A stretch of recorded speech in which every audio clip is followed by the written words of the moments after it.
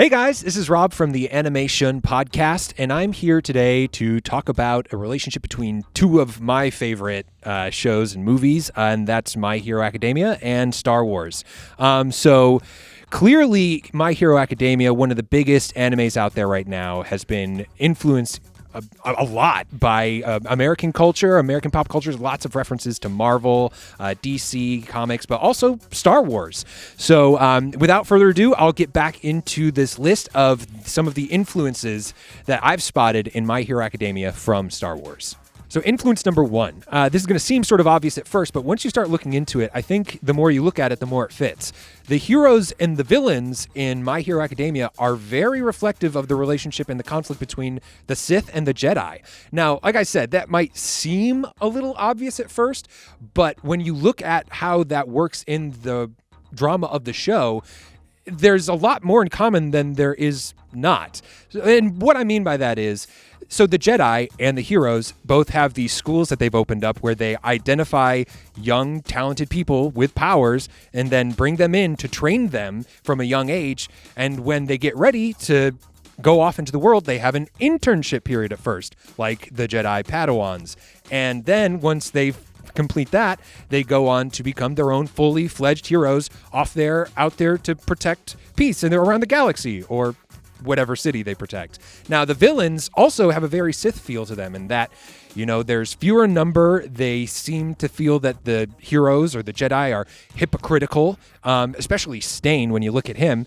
They think that they're not out there for the right reasons and that they're closing themselves off from what can bring them true power. I mean, that the villains and the Sith, all they're going after is finding what can make them more powerful. And I think you see that in a lot of the villains on My Hero Academia. So that's just something I've noticed. And that's also the reason it's the first one on my list. So this next one, I'm just going to say from here on out, My Hero spoilers ahead, at least up to season 3 of what's been shown so far. So at the end of season 3, we met the top 3 at the My Hero Academia school. And one of the 3 that we met is Mirio, and his power is being able to fade through walls. Now, in the manga, which personally I haven't read, but that they've released, one of his secret moves is literally called the Phantom Menace. And if you know Star Wars, you know that episode 1 is called the Phantom Menace. Now, what does that look like? I mean, if you've read the manga, you know what it is, but what will it look like in the anime? We haven't seen that yet. How will he use it? Not sure. But given that it's somebody that can fade through walls, pretty sure it's going to end up being something like a phantom, comes in, fades out. He's in and out like a ghost.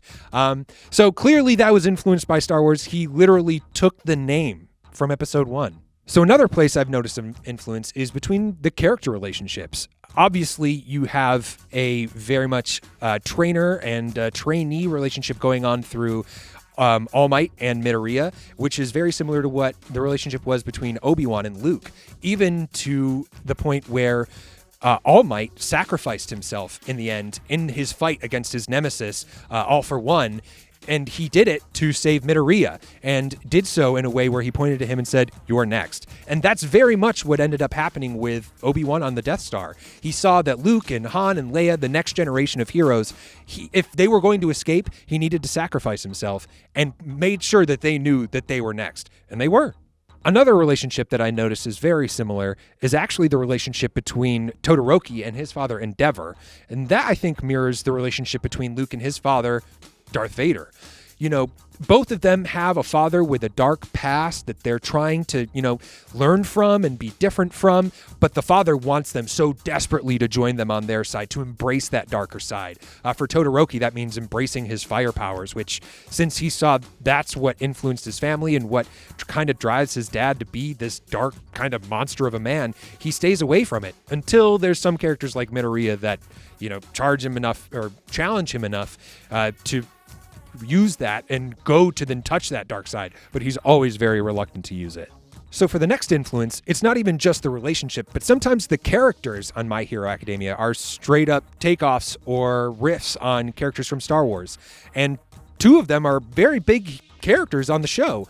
One of them, that we've already talked about earlier, All for One, the nemesis of All Might, the Obi-Wan character, so that's Darth Vader. And it's not just the character of him. He straight up looks like Darth Vader. He's a guy with a black mask on, with a breathing apparatus, and when the mask gets blown off, he looks like a burn victim, which is Darth Vader. That's who he is. But also, somebody else that came into the story a little bit later, Gran Torino, is very much a Yoda-type character. He trained All Might. He is short. He's older. He has these sort of wisecracky, sarcastic jokes. But when it comes to the fight, dude is fast, and he will mess you up. So the last influence I noticed, and this is another one that's a one-for-one takeaway from Star Wars, a lot of these location names in My Hero Academia are just planet names from Star Wars. Like, they literally just named that same location the same name. Like, right in the beginning, when Midoriya first sees his first fight with the heroes and the villains in person, it's at Tatooine Station, Tatooine is the planet that Luke and Anakin both start their adventures on. The Hosu district, where they fight Stain, is the Japanese word that they use for Hoth, which is the ice planet from The Empire Strikes Back, which is the darker chapter in the original Star Wars trilogy, and also where My Hero starts to get a little darker. That's where they fight Stain, and where we start to see some of these heroes get permanently injured. So the My Hero story starts to get a little darker around that point.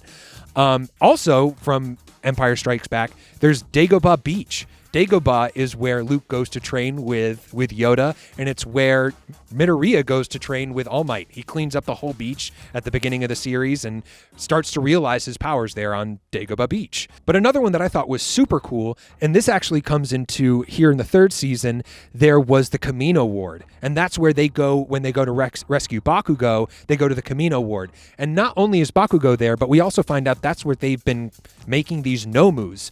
So not only is that where they rescue Bakugo, that's also where the villains are creating the Nomu. Now, why that trades off into Star Wars is because Kamino is where they create the clone army. So these are both places where they are going to the lab to create these fighting machines that they're using for their war. So there's a huge reference there. But there's also a bunch of other little references that don't necessarily tie back story-wise to Star Wars. The Kyashi Ward is the Japanese word for Kashyyyk, which is the Wookiee planet. They literally have the word Wookiee on the sign in the mall in My Hero. They also have Droido Technico Academy, which is the droid army.